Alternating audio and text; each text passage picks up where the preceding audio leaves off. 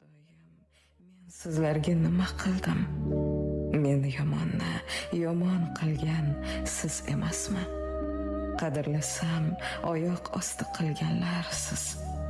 Ichimdagi bor sirimni bilganlar siz. Bilib turib, yaram yana tilganlar siz.